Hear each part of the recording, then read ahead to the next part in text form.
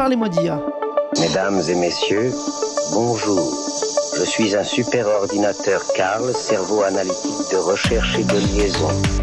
C'est une machine qui ressent les choses. On nous raconte n'importe quoi sur l'IA. Alors, qu'est-ce que tu en dis, Kit? Moi, je n'en dis rien du tout.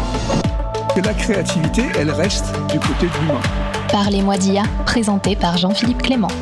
Bonjour à toutes et à tous, que diriez-vous de vous accorder une parenthèse de 30 minutes avec un super invité pour interroger le phénomène intelligence artificielle sur ses aspects sociaux, culturels, éthiques, allez, un petit peu technique quand même, et pourquoi pas politique. Cette semaine, on va faire un état des lieux du déploiement de l'IA dans les collectivités locales. Votre commune, votre département, votre région utilise-t-elle désormais de l'IA pour mieux s'organiser et gérer le territoire, pour déployer de meilleures politiques publiques et, in fine, pour mieux servir les usagers? Cause commune 93.1 FM. Vous êtes bien sur Cause Commune, la voix des possibles, la voix des communs. Merci à notre directeur d'antenne, Olivier Gréco, pour notre espace de liberté et d'échange à cette antenne. Cause Commune que vous pouvez retrouver sur le web, cause-commune au singulier.fm ou sur son app mobile, iPhone et Android bien sûr, sur la FM 93.1 et le DAB+. Votre podcast préféré, vous le retrouvez sur votre plateforme préférée. Cette émission vous plaît, n'hésitez pas à vous abonner, à surtout mettre plein d'étoiles, de pouces bleus et de recommandations. C'est notre seule récompense et cela nous fait connaître car ça manipule les algorithmes. Et c'est cool de manipuler un algorithme. Vous écoutez Parlez-moi d'IA.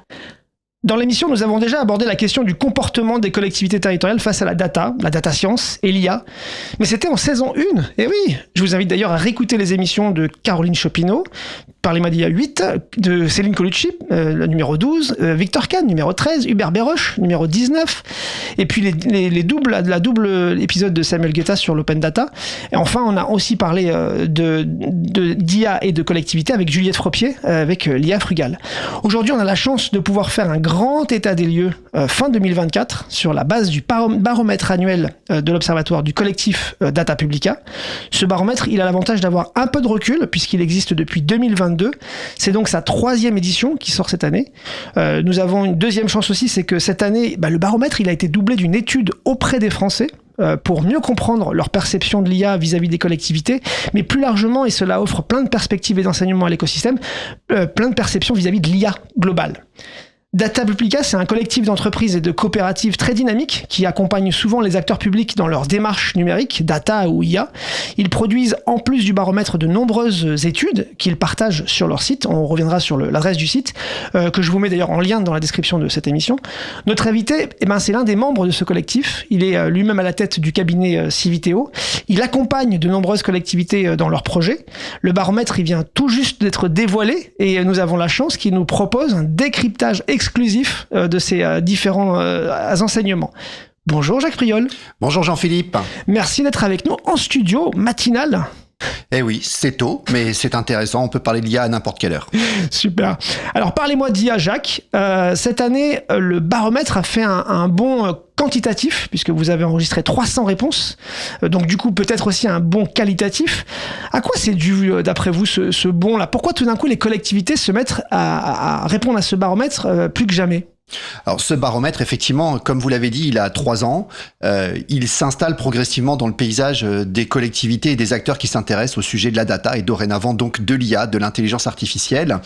Eh bien, la progression du nombre de répondants à notre enquête illustre la progression tout simplement de ce sujet. Dans le monde territorial, il y a une maturité de plus en plus importante sur les questions de data au service des politiques publiques, au service des politiques de gestion de l'eau, de l'énergie, de la circulation, et puis progressivement aussi une plus grande variété de collectivités qui s'intéressent au sujet. C'est l'un des enseignements majeurs de ce baromètre, c'est la confirmation, on le pressentait un petit peu en 2023, mais la confirmation que les sujets de la data et également de l'IA sont en train de devenir des préoccupations importantes dans des collectivités de toute taille. Ça ne concerne pas que les grandes agglomérations, les métropoles, mais aussi dorénavant des communes de taille moyenne, voire petite ou très petite. On fait de l'éclairage intelligent pour réduire les consommations énergétiques dans des communes de quelques milliers d'habitants. Et dorénavant, quand on fait de l'éclairage intelligent avec des capteurs, avec des systèmes de régulation, il faut se poser la question de qu'est-ce qu'on fait des données. Et quand on a beaucoup de données, on se pose peut-être la question de savoir si on utilise de l'intelligence artificielle pour optimiser les systèmes. Et finalement, les agents publics, ils sont comme tout le monde, ils en ont entendu beaucoup parler, de l'IA avec maintenant l'arrivée de l'IA générative, et du coup ils se sont repenchés finalement parfois sur le sujet de la data science, de l'IA, et il y a eu une appétence qui s'est aussi créée chez eux tout simplement. Alors en 2023, vous aviez enregistré, bon il y avait beaucoup moins de réponses, mais quasiment 2 fois moins, mais il y avait déjà 30% de collectivités qui disaient moi je veux absolument déployer un projet IA, je suis en cours de déploiement. Est-ce que ça s'est révélé finalement dans le courant de cette année 2024, le déploiement, les vrais projets? Est-ce que vous avez enregistré vous des projets IA particulièrement probants? Alors oui, complètement. D'ailleurs, en 1 an, on s'est retrouvé dans une situation où il devient impossible de compter le nombre de projets en cours. Oui. En 2023, on avait estimé qu'il y avait probablement une 50aine de projets un peu solides, un peu sérieux. C'est pas simplement une intention ou la tentative d'utiliser ChatGPT ici ou là. Il s'agit bien de construire un système d'appropriation par une administration publique d'outils qui vont changer la manière de faire du service public. On en a aujourd'hui plusieurs centaines, c'est une évidence. On a aujourd'hui 36% des collectivités qui ont répondu à notre enquête, petites, moyennes et grandes, qui ont déjà mis en test de façon organisée. Et encore une fois, je ne parle pas du shadow AI, de la tentative par tel ou tel collaborateur d'utiliser l'IA dans son coin. Ça existe partout, mais voilà, des vrais projets officiels. On a aujourd'hui 36% des communes, départements et régions qui en ont lancé, plus 15% qui nous déclarent, l'enquête a été administrée en juillet 2024, vouloir dans les 12 prochains mois déployer des projets. Ça veut dire qu'on va avoir probablement une collectivité sur 2, de toute taille, j'y insiste, qui va se saisir des apports possibles de l'IA. Donc ça, c'est complètement significatif. Le chiffre est assez important. Après, la variété des projets, la complexité des projets est tout à fait variable. Et puis, disons-le aussi très clairement, on va certainement y revenir au fil de notre échange. Beaucoup de ces projets sont dans une étape, on va dire, de germination avancée. Et c'est pas encore des choses qui sont en production et qui font partie de la gestion courante du service public local. C'est l'époque, c'est les expérimentations pour commencer à prouver qu'il y a quelque chose à aller creuser derrière tout ça. On sait que derrière l'IA, c'est un mot un peu générique, c'est un peu un mot valise maintenant, il y a beaucoup de choses, il y a beaucoup finalement de types de projets.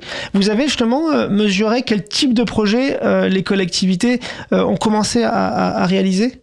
Oui, et là, notre enquête nous permet d'identifier très précisément 2 mouvements. Le premier mouvement, c'est que l'usage de la donnée, aujourd'hui, concerne tous les métiers de la gestion publique locale. Il y a quelques années en arrière, on parlait beaucoup de la ville intelligente, la ville connectée, la smart city. C'était essentiellement des données sur ce que moi j'appelle des grands métiers de flux qui produisent beaucoup de données, de l'énergie, de l'eau, des mobilités, des déchets. Et on voit qu'aujourd'hui, la data est utilisée dans plein de domaines. C'est aussi vrai sur les politiques sociales, sur la relation aux usagers, sur le tourisme, sur le développement économique. Bref, tous les métiers que ces services publics mettent en œuvre pour notre quotidien. Et s'il y a beaucoup de data, eh bien, il y a des potentiels et donc des promesses. Alors attention, peut-être on va y revenir, peut-être parfois des surpromesses, mais en tout cas des promesses que l'IA va nous permettre d'améliorer l'impact, d'optimiser la manière dont ces politiques publiques sont mises en œuvre.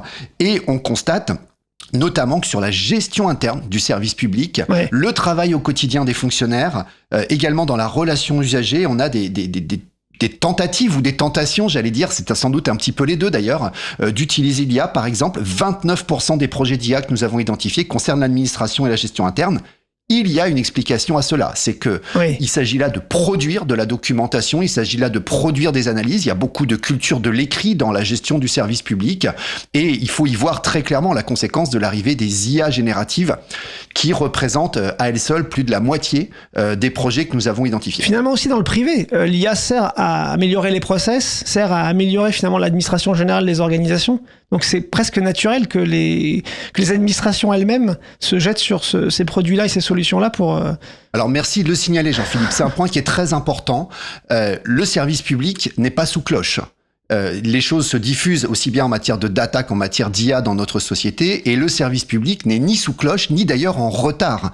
La rapidité avec laquelle aujourd'hui des administrations publiques locales, des mairies, des départements, des régions se saisissent de ces outils d'IA est à l'image de ce qui se passe dans notre société, à l'image de ce qui se passe dans le monde de l'entreprise en général. Souvent on dit le privé est en avance ou plus précisément de façon un peu méprisante. Parfois le public est en retard sur le privé. Aujourd'hui il y a des pans entiers du monde économique qui ne se sont pas saisis de ces sujets-là alors que secteur public, lui, y va rapidement. Il y a plusieurs explications à cela. La première explication, c'est probablement que depuis une petite dizaine d'années, on a énormément digitalisé, énormément dématérialisé les procédures publiques. Et ça a pour conséquence, que nos collectivités territoriales, elles se retrouvent à la tête d'un volume de données absolument colossal. Il y a immensément plus de données aujourd'hui à disposition des acteurs publics qu'il y a une dizaine d'années en arrière. Ces données, lorsqu'on a des outils qui nous font la promesse de pouvoir les exploiter pour améliorer l'impact, améliorer l'efficacité des politiques publiques, lutter contre des difficultés de mise en œuvre ici ou là, les acteurs publics, très naturellement, nos élus, les fonctionnaires, s'en saisissent parce que leur objectif, c'est bien que l'argent public soit bien dépensé et que les politiques soient efficaces. Et pour bien faire comprendre, est-ce que vous pourriez nous donner, par exemple, le ministère de l'écologie a mis en œuvre des appels à projets, démonstrateurs d'IA frugal sur les territoires, et donc ça a emmené les territoires à se positionner, à creuser ces sujets-là. Pour être concret, est-ce que vous pourriez nous citer deux projets ou un projet vraiment emblématique pour qu'on voit à quel point quand même c'est ancré dans quelque chose d'innovant et dans le cœur de métier finalement des collectivités, les projets qui sont déployés? Alors, je vais vous en citer deux. Et là, vous allez voir, on est très loin de ChatGPT pour produire un courrier ou le discours d'inauguration d'un élu, comme on a pu le voir aussi par ailleurs. Le premier, c'est sur le plateau de Saclay, au sud de Paris. L'agglomération de Paris-Saclay est en train de développer, c'est un projet qui va prendre 2 ans, 3 ans, un projet qui s'appelle Urba IA, qui vise à modéliser par intelligence artificielle l'impact sur l'environnement, sur la biodiversité, sur la qualité de vie, sur les mobilités et les déplacements, des décisions d'urbanisme qui vont être prises aujourd'hui. C'est des systèmes extrêmement complexes, adossés à un jumeau numérique. Ils travaillent avec des laboratoires de recherche. Alors, l'agglomération de Paris-Saclay, ils ont le plateau de Saclay sur place. Ça aide. Ils ont un peu de main-d'œuvre. Ils ont un pôle de compétences mondiales à portée de main, mais ils travaillent aussi avec des industriels, avec des startups. Quelque part, ce genre de projet, c'est le travail qu'aujourd'hui peuvent faire parfois des bureaux d'études et des agences d'urbanisme qui construisent des modèles d'urbanisme. Et bien là, avec l'IA, on va pouvoir produire énormément de scénarios, on va pouvoir faire bouger énormément de paramètres, intégrer beaucoup plus de données que ce qu'on faisait précédemment. Dans un autre domaine, sur le Val-de-Loire, la région Centre-Val de Loire a créé un espace de partage de données qui s'appelle le Climate Data Hub. C'est un espace dans lequel une trentaine d'acteurs publics et privés peuvent mettre en commun des données pour travailler sur le changement climatique. Et bien, dans cet espace, ils ont choisi d'utiliser l'IA pour modéliser les problématiques de ressources en eau sur l'un des bassins versants de la Loire. Il s'agit d'essayer de beaucoup mieux comprendre que ce que nous pouvons faire aujourd'hui, les problématiques d'anticipation, de sécheresse et également de dégradation de la qualité de l'eau. Donc ça, c'est des outils qui vont probablement changer la manière dont on construit des politiques publiques. Et on le voit en fait, parce que vous l'évoquez, c'est des produits et des solutions de modélisation, beaucoup, des territoires.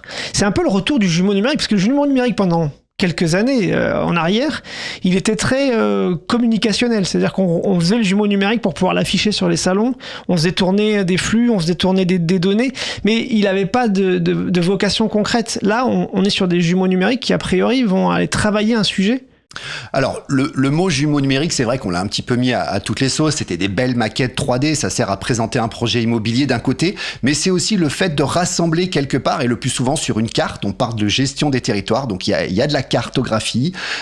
Toutes les données dont on dispose, c'est une manière de rassembler toutes les données pour ensuite, grâce à l'intelligence artificielle notamment, parce qu'on utilise aussi plein d'autres techniques sans IA, faire des modèles, faire des anticipations, préparer les décisions et les arbitrages politiques, parce que c'est aussi ça qu'on attend de nos élus et des collectivités. Ce que montre l'étude aussi, c'est que finalement, si vous le disiez, c'est que toutes les collectivités sont concernées. Il n'y a plus de taille pour faire de l'IA. Il y a une sorte de démocratisation via la numérisation et via l'IA des possibilités et des solutions. Alors, l'IA, en 18 mois, a bouleversé nos schémas de compréhension de la manière dont l'innovation numérique se diffuse dans le secteur public. Les innovations numériques précédentes, je l'ai évoqué tout à l'heure très rapidement, c'est les sujets de Smart City, ville intelligente, ça a mis 6 ou 7 ans à se diffuser, parce que les investissements étaient très importants, parce que les systèmes technologiques utilisés pour faire de l'éclairage intelligent, pour optimiser la gestion des déchets, pour réduire les difficultés de gestion des réseaux d'eau, étaient des systèmes extrêmement coûteux, qui étaient réservés aux grandes métropoles. Et au bout de 6 ou 7 ans, les prix ont chuté, les technologies se sont diffusées, démocratisées, et des communes moyennes, puis maintenant petites, les utilisent. Avec l'IA, ça se passe pas du tout comme ça. Parce que une IA générative Le maire d'une commune de 500 habitants, il peut s'en saisir tout seul. Et on a des témoignages d'élus qui nous disent « Mais moi, c'est extraordinaire, avec ce genre d'outils, je démarre tout de suite. Quelque part, j'ai même plus besoin d'un fonctionnaire. » C'est un peu caricatural et évidemment, ça ne se passe pas comme ça. En réalité, on pourra y revenir si vous souhaitez. Mais très concrètement, l'IA provoque de l'innovation et de l'appétence pour les sujets autour de la data et de l'innovation numérique dans toutes les strates de collectivité de façon quasi simultanée. Mais vous l'évoquez, donc on va rentrer dans le sujet. Finalement, est-ce que du coup les agents publics ont une crainte à avoir de ces nouveaux outils? Comment les collectivités abordent ce sujet-là vis-à-vis de leurs agents, vis-à-vis de leurs compétences? C'est quoi la vision d'une collectivité aujourd'hui avec ces outils-là et ces ressources humaines, ces agents? Alors, là, je vais prendre un tout petit peu ma casquette de président d'un cabinet qui accompagne des collectivités pionnières sur ce sujet. Moi, je dirais d'abord que les collectivités, elles se saisissent du sujet de façon sérieuse, de façon pragmatique.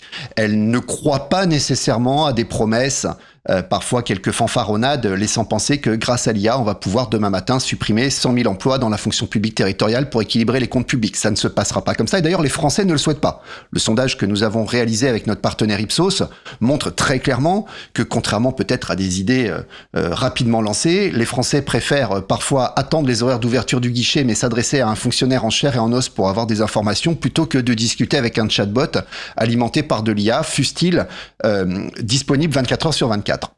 Ceci étant dit, aujourd'hui, évidemment, les métiers de l'action publique territoriale vont être et ont commencé à être impactés par l'intelligence artificielle, comme dans le monde de l'entreprise. Mais on est un petit peu revenu de ces fantasmes qui avaient été claironnés il y a 2 ou 3 ans en arrière, selon lesquels des milliers d'emplois allaient être supprimés par l'IA. On constate surtout qu'il faut former les fonctionnaires pour qu'ils puissent, comme les agents, comme les acteurs économiques, comme les salariés des entreprises du privé, pour qu'ils puissent s'approprier le meilleur de ce que ces intelligences artificielles peuvent leur apporter pour traiter des données, pour pouvoir préparer la production de la documentation qu'ils ont à produire, pour pouvoir analyser des situations. Il faut donc les former et on voit déjà quelques collectivités territoriales s'engager dans des plans de formation très importants dans lesquels on forme tous les agents publics à l'intelligence artificielle, les cadres dirigeants, les catégories A, comme on dit dans la fonction publique, mais aussi les catégories B, les catégories C, les agents d'accueil qui sont tous les matins au guichet des mairies, qui peut-être demain et certainement après-demain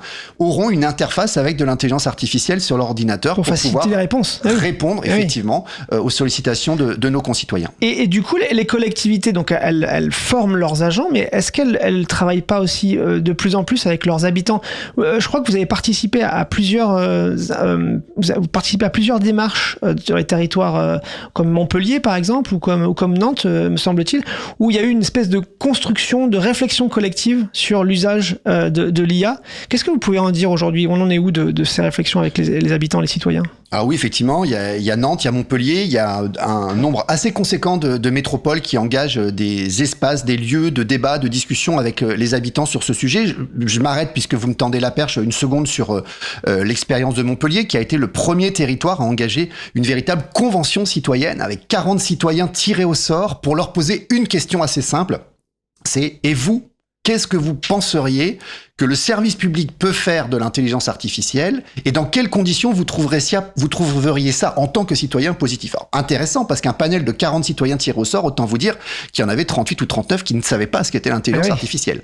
Donc ça a été un travail remarquable sur plusieurs week-ends. Ils ont été mobilisés sur plusieurs week-ends. Ils ont été formés par nous-mêmes, par Cédric Villani, par d'autres experts qui sont intervenus sur qu'est-ce que c'est que l'IA. Et ensuite, on a creusé avec eux les conditions dans lesquelles ils estimeraient en tant que citoyens recevables que le service public, après tout, utilise les mêmes outils qu'Elon Musk et les autres. Elon Musk, parlons-en. Voilà. Donc, et la réponse de ces citoyens, qui est en ligne, qui est tout à fait publique, disponible sur le site de la métropole de Montpellier, est extrêmement intéressante parce que ils nous disent l'IA, ça présente plein d'écueils. L'IA, ça peut faire des erreurs, il y a des biais, il peut y avoir de la discrimination. L'IA, ça consomme beaucoup d'énergie, ça peut avoir un impact tout à fait délétère d'un point de vue bilan carbone. L'IA, c'est compliqué parce que aujourd'hui beaucoup de modèles sont proposés par des entreprises américaines, des entreprises chinoises. Je caricature un petit peu, mais et puis l'IA, c'est très compliqué à expliquer. Donc nous, en tant que citoyens, on accepte et même on souhaite que ces outils soient utilisés par le pouvoir public sous certaines conditions. Parmi ces conditions, il y a le fait de vérifier que les IA soient vraiment utiles, qu'elles apportent un vrai plus. Je le dis souvent dans nos interventions, des IA qui marchent mais qui ne servent à rien, il y en a plein. Ce qui compte, c'est celles qui vont vraiment changer la donne en termes de compréhension, par exemple des déplacements et des mobilités, par exemple de réduction d'économie, pour faire des économies d'énergie, etc. La deuxième condition, c'est que le service public conserve le contrôle des IA. C'est qu'on sache quelles sont les données qui sont utilisées pour faire l'entraînement, qu'on soit capable de superviser la façon dont l'IA fonctionne et qu'à aucun moment il n'y ait de risque de discrimination, d'erreur, parce que c'est du service public. Et ça, je crois que c'est tout à fait essentiel. Puis la troisième chose, parmi quelques autres, qui a été proposée par les citoyens de Montpellier, et ce qui est très intéressant, c'est que la métropole de Montpellier a repris la balle au bond et s'est engagée à le mettre en place. Oui, on remettra le lien de tout ça sur la description de l'émission. Ouais. Ils ont décidé de créer un comité métropolitain de l'intelligence artificielle dans lequel les citoyens vont être représentés. Et ça, c'est une grande première aussi en France. Et nous allons observer avec grande attention la façon dont ce collectif va pouvoir fonctionner. Non, c'est une vraie réussite, cette concertation. On était au début, encore une fois, on a interviewé Victor Kahn dans le Parle-moi d'IA numéro 13 qui démarrait la consultation. Et on voit bien qu'elle a porté beaucoup de fruits concrets, in fine. Je voulais aussi vous interroger sur vous avez vu beaucoup de projets passer sur l'IA. Là, avec l'Observatoire, c'est aussi une formidable tour de contrôle de tout ce qui se passe sur l'IA. Et vous avez, à votre niveau, créé une grille d'analyse des projets d'intérêt qui utilisent de l'IA pour les collectivités. Alors, comment elle fonctionne, cette grille d'analyse, et à quoi elle sert, en fait ? Alors, cette grille, on l'a construite avec des collectivités. On s'est posé la question, tiens, on a telle idée, des idées. On a recensé 250 projets aujourd'hui qui sont en cours de test, de pré-test, pour certains de pré-production, avec beaucoup de données, beaucoup d'IA. Et on s'est posé la question de comment on décide, face à ce foisonnement d'idées, quels sont les projets qu'on met en portefeuille? Il faut qu'il y ait des équipes qui gèrent les projets. Sur quoi on part, quoi. Sur quoi on part? Par quoi on commence? Et on a construit avec eux, avec ces agents publics, avec ces élus, une grille qui est sur 4 axes principaux. Après, ça se détaille en sous-domaines, mais il y a 4 axes principaux. Le premier, c'est l'utilité. J'y reviens à ce que nous disaient les citoyens. C'est que utiliser des IA pour faire de l'IA, céder à la mode, ça peut être rigolo 5 minutes, ça peut être sympa en termes de communication, et puis après tout, ça peut être un vecteur d'attractivité, de marketing du territoire. C'est pas un vilain mot, ça a été mon métier dans une autre vie. Mais ça ne suffit pas. Utilité qu'on retrouve dans l'IA frugale, par exemple, c'est la première question à se poser. Est-ce que c'est utile ou pas? Et puis ça permet justement d'économiser le côté énergivore, consommateur de ressources.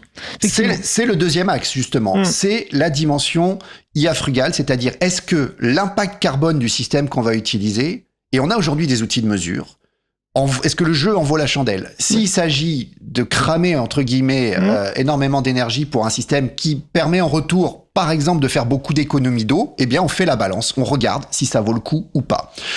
Si c'est vraiment pas le cas, on abandonne. Et il y a aujourd'hui des systèmes qui sont gravement énergivores, scandaleusement énergivores, je le dis aussi, et il faut quand même en avoir tout à fait conscience. Le troisième axe, c'est l'impact sur les métiers qui accompagnent nos concitoyens, les métiers des agents publics. On y revient. Les IA capacitantes. Ce terme de capacitante qu'on va opposer un petit peu à cette idée reçue que les IA vont juste purement et simplement remplacer des emplois, c'est comment l'IA améliore la capacité des agents publics à être à l'écoute, à l'accueil, en accompagnement de la population. Et puis, le dernier point qui n'est pas le moins important, c'est les IA de confiance. Comment est-ce que quand on est un service public, on peut apporter la garantie à nos concitoyens, aux usagers, que le système qu'on va déployer ne va pas générer des biais, ne va pas faire des erreurs, ne va pas transférer des données publiques qui nous appartiennent, qui sont un patrimoine commun, vers des opérateurs étrangers, vers des entreprises privées qui en auraient d'autres usages. Et ça, c'est quelque chose qui n'est pas simple à gérer aujourd'hui parce que la plupart des solutions d'intelligence artificielle qui sont proposées, et actuellement il y a énormément de démarches commerciales auprès des acteurs publics comme des acteurs privés au demeurant, eh bien beaucoup d'entre elles ne présentent pas beaucoup de garanties en la matière. Moi je trouve que cette grille elle marche très bien pour les collectivités territoriales, mais elle pourrait aussi très très bien marcher pour les entreprises, non? J'ai l'impression que quand même... Désolée de vous couper, j'ai une question pour l'invité. Oui, Elisa. Donc Jacques, vous connaissez Elisa. Elle nous écoute depuis le début de l'émission et du coup, elle a une question pour vous. Alors, oui, Elisa, quelle est votre question? Par quel usage de l'IA devrions-nous commencer au travail? Ah, ouais, elle revient un peu sur le côté capacitant et le côté finalement agent public. Qu'est-ce qu'ils doivent faire? Alors, par quoi on commencerait dans les collectivités territoriales pour utiliser l'IA au travail? C'est une question difficile quand même, ça. Alors moi, je vais faire une réponse qui, à mon avis, est valable aussi bien dans le public que dans le privé. Ouais. C'est qu'aujourd'hui, il y a beaucoup de promesses autour de l'IA, peut-être même des surpromesses. On va quand même, on commence à en revenir un petit peu de ce qui se disait il y a 18 mois, 2 ans. Et en même temps, des perspectives formidables. Donc, il faut faire le tri, il faut faire le choix. Et retenir les systèmes qui ont le plus d'impact. Et pour faire ce tri, il faut se rendre compte de ce qui marche et de ce qui ne marche pas. Dans l'innovation numérique, depuis 10 ans, 15 ans, on vend ce qu'on appelle des quick wins, des succès rapides, des succès probants. En matière d'IA, moi, je préconise plutôt de rechercher les fail fast. Essayer tout un tas de petites choses, mais rapidement, sans y passer trop de temps, sans y passer trop d'énergie, ne pas avoir peur de se tromper, le droit à l'erreur, et se rendre compte que sur tel et tel système, ok, la promesse était très belle, mais en fait, pour que ça marche, il faut énormément de données, et ces données, soit je les ai pas, soit elles sont pas orchestrées, classées, disponibles dans les bons formats dont on a besoin. Allez, on passe à autre chose. Le temps de s'approprier la manière dont ces systèmes qui sont complexes vont avoir un impact sur l'action publique. Donc, y aller, essayer, tenter d'avancer avec tout ça. Et du coup, à côté de l'observatoire, à côté du baromètre, vous avez fait une étude auprès des Français. Alors ça, c'est très intéressant parce que du coup, c'est rare d'avoir l'avis des Français sur l'IA à l'heure actuelle. Qu'est-ce qu'ils vous ont dit, les Français, vis-à-vis de tout ça? Oui, on a effectivement souhaité, avec notre partenaire Ipsos, mettre en miroir les pratiques qui sont en train d'exploser dans le monde des collectivités locales avec l'avis de nos concitoyens. Ça intéresse tout le monde, ça nous intéresse. Clairement. Ça intéresse aussi les élus, éventuellement. L'écosystème, globalement. L'écosystème. Alors, les Français, ils nous disent 2 choses. La première chose, c'est que, globalement, il y a une vraie inquiétude sur la place aujourd'hui de la data et de l'IA dans notre société. Et cette inquiétude, on le mesure année après année, elle augmente. La faute, sans doute, y compris aux promoteurs de ces systèmes d'IA. On parlait d'Elon Musk tout à l'heure. Oui, je pense qu'on va en parler longtemps d'Elon Musk, effectivement. Effectivement, on peut penser à Sam Altman d'OpenAI, on peut penser à tous ces dirigeants de ces grands modèles d'intelligence artificielle qui n'ont de cesse que de faire parler d'eux, y compris parfois de faire parler d'eux en disant il y a des menaces, l'IA peut devenir autonome, etc. De toute façon, plus on parle d'eux, plus leur capitalisation boursière augmente, que ce soit en bien ou en mal, sauf que ces gens-là aussi génèrent de l'inquiétude. Donc les Français sont inquiets et sont beaucoup plus inquiets aujourd'hui qu'il y a 2 ans. On avait fait le même baromètre il y a 2 ans. Beaucoup plus inquiets aujourd'hui concernant l'IA qu'ils ne l'étaient auparavant. En revanche, ils sont confiants dans l'usage raisonnable et raisonné que les acteurs publics peuvent en faire. Et ça, c'est un point très important de notre enquête. Que ce soit sur la data ou sur l'IA, les Français font confiance dans le service public sur le fait que quand on est aujourd'hui dans une mairie, eh bien, les données vont pas être revendues, utilisées pour l'autre chose, qu'on va utiliser des IA qui vont permettre d'améliorer l'efficacité, eh bien, de la santé, l'efficacité de la gestion énergétique, et que on ne fait pas du tout de procès d'intention au secteur public. C'est une caractéristique assez française. On a des études similaires dans d'autres pays où on n'a pas confiance dans les acteurs publics. Je pense aux États-Unis notamment. Mais en France, on a par exemple 66% des Français qui ont tout à fait confiance dans la manière dont leur communes et leur intercommunalité peuvent gérer de la data, à mettre en face de seulement 17 ou 18% de confiance vis-à-vis des géants du numérique à qui, par ailleurs, on laisse toutes nos données. Mais ça, c'est une autre histoire. Oui, et d'ailleurs, on le voit bien, il y a un passé qui rentre en ligne de compte du point de vue des collectivités territoriales, parce qu'ils ont, depuis très très longtemps, finalement, géré cette sensibilité des données avec une culture de liaison avec la CNIL, avec bien sûr l'application du RGPD. Alors, c'est valable aussi pour le secteur privé, mais pour le coup, dans le secteur public, alors là, on est vraiment à cheval sur la manière de gérer le RGPD. Il y a un avantage, vous pensez, pour le secteur public dans cette maîtrise finalement des questions réglementaires, de cette maîtrise des questions juridiques, dans cette maîtrise de la façon d'aborder un peu finalement le droit face à l'IA? Oui, parce que en fait, les collectivités qui ont le plus cheminé sur ce sujet n'ont pas géré les questions juridiques que comme la mise en conformité juridique. Ils en ont fait un levier de confiance, un levier de politique publique. On voit émerger des politiques publiques de la donnée et de l'intelligence artificielle. On parlait de Montpellier tout à l'heure, Montpellier Métropole. Les élus de Montpellier viennent de voter une politique de la donnée et de l'IA. Et les obligations de protection de la vie privée, vous avez raison, c'est le RGPD, mais c'est aussi une volonté affichée de dire quand on est un service public, une mairie, c'est pas Facebook. On fait pas n'importe quoi avec les données. On va utiliser les données qui nous sont utiles pour améliorer les politiques de transport, les politiques énergétiques, les politiques de gestion des déchets, mais on va prendre grand soin des données de nos habitants et de nos concitoyens. Merci beaucoup Jacques Priol du cabinet Civiteo et du collectif Data Publica d'être venu nous présenter cette étude dont on va retrouver le lien observatoire.data-publica.eu en description de cet épisode. Merci pour tous ces partages. Merci beaucoup Jean-Philippe. Et n'oubliez pas de liker cet épisode parce que ça manipule les algorithmes. Et c'est cool de manipuler les algorithmes. Restez sur 93.1 FM sur Cause Commune. Cause Commune, ce n'est pas que par les mois d'IA. N'hésitez pas à aiguiser votre curiosité sur causecommune.fm et découvrir nos autres programmes. Et à bientôt.